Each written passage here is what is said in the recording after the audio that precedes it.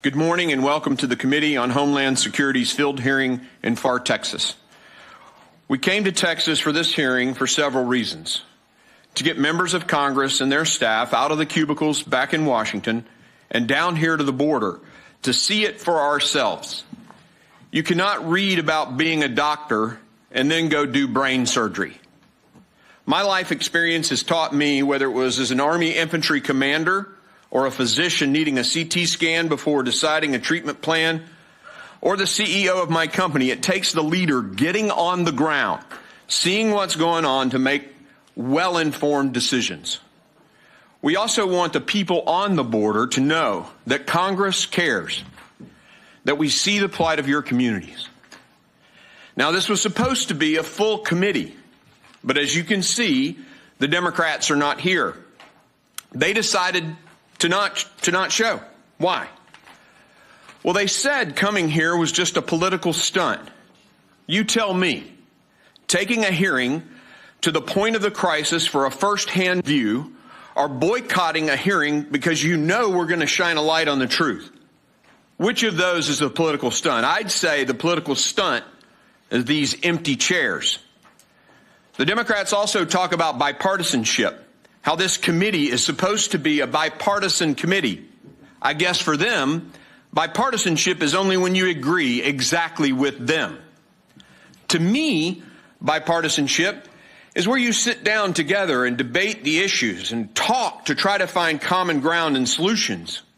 You can't have bipartisanship if the other side fails to show up for their duty.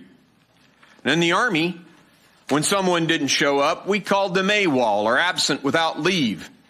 Their place of duty is at this hearing because it's a full hearing, and they're not here. They're AWOL. And now for the reasons why we're here. Why is this crisis happening? Most of us here today are well aware of the tragedy at the border. 4.7 million encounters, 1.3 million gotaways. We don't know who those people are, where they are.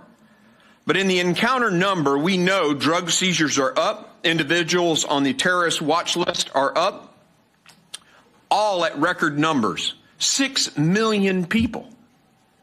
In just the 2 years of Secretary Mayorkas' reign at DHS, more people have come into this country than all of the 8 years of Barack Obama's presidency and all 4 years of the Trump presidency combined. Why? What's happened? What changed? Now, some may think it's the money.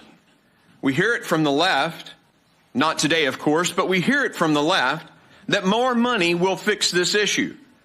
But the budget didn't go away. It didn't go way down when Mayorkas was confirmed as secretary. In fact, it went up. A lack of money didn't cause this massive sudden surge. Some may think it's the numbers of Border Patrol agents.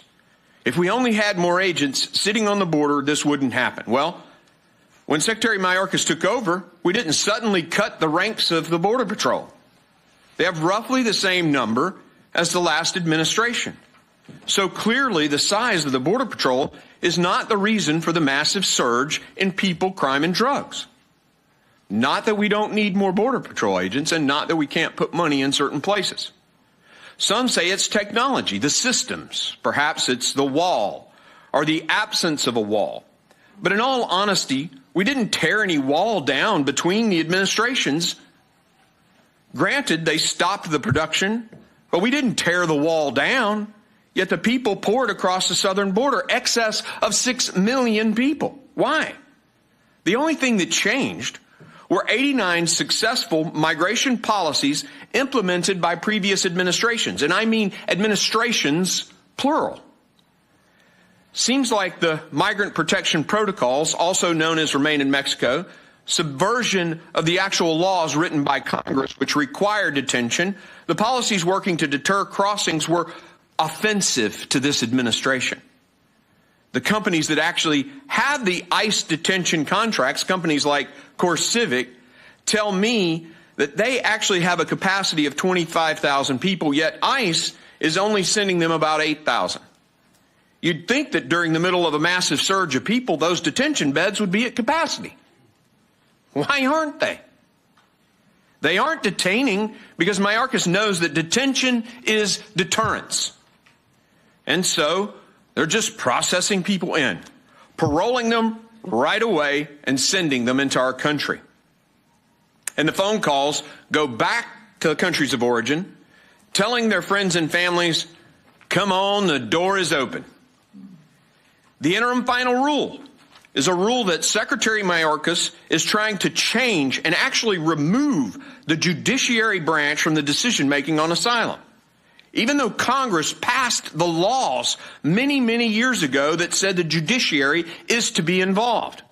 Why would Secretary Mayorkas want to do away with the judiciary?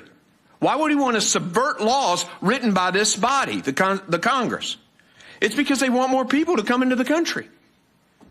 And now their solution is an app where whomever fills it out just automatically gets parole when they show up at the crossing site. That is in total contravention to what the laws passed by Congress about how people are to enter this country. I can see it now.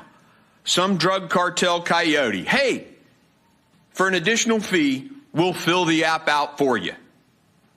Secretary Mayorkas' budget, a detailed analysis of it shows they're not doing anything to increase Border Patrol in any significant amount or increase technology. All it does is increase the funds, and I'm talking about billions of dollars, to process and ship people all over the United States. That's where they're asking for more money. If you talk to the sector chiefs, they're going to tell you that you can't return people back to their countries because the State Department has not renegotiated the return agreements.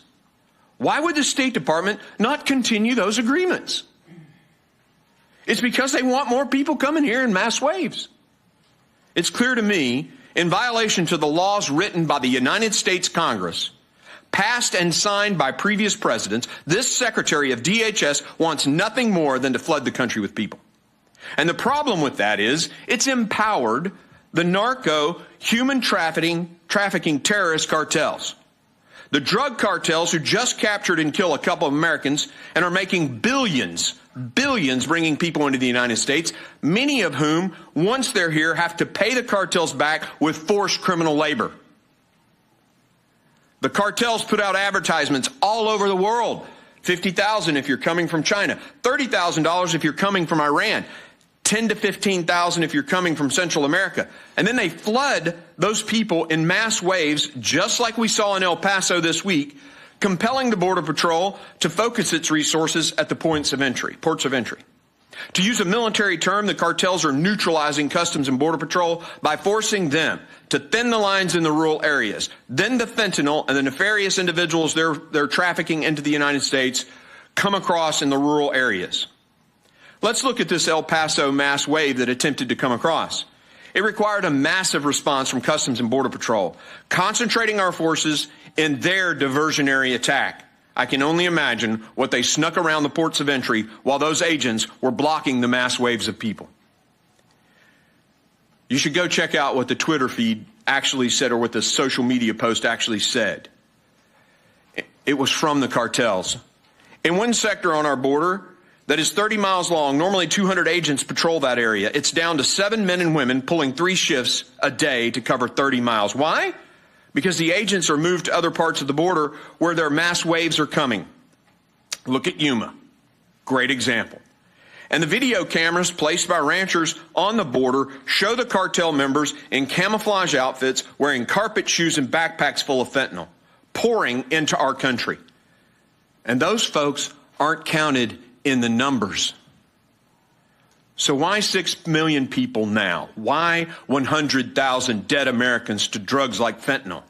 Why massive crime on our border cities and now throughout all cities of this country? Why is every city and every state made into a border state? Because of the decisions, because of the incompetence, and because of the dishonesty of the Department of Homeland Secretary Alejandro Mayorkas.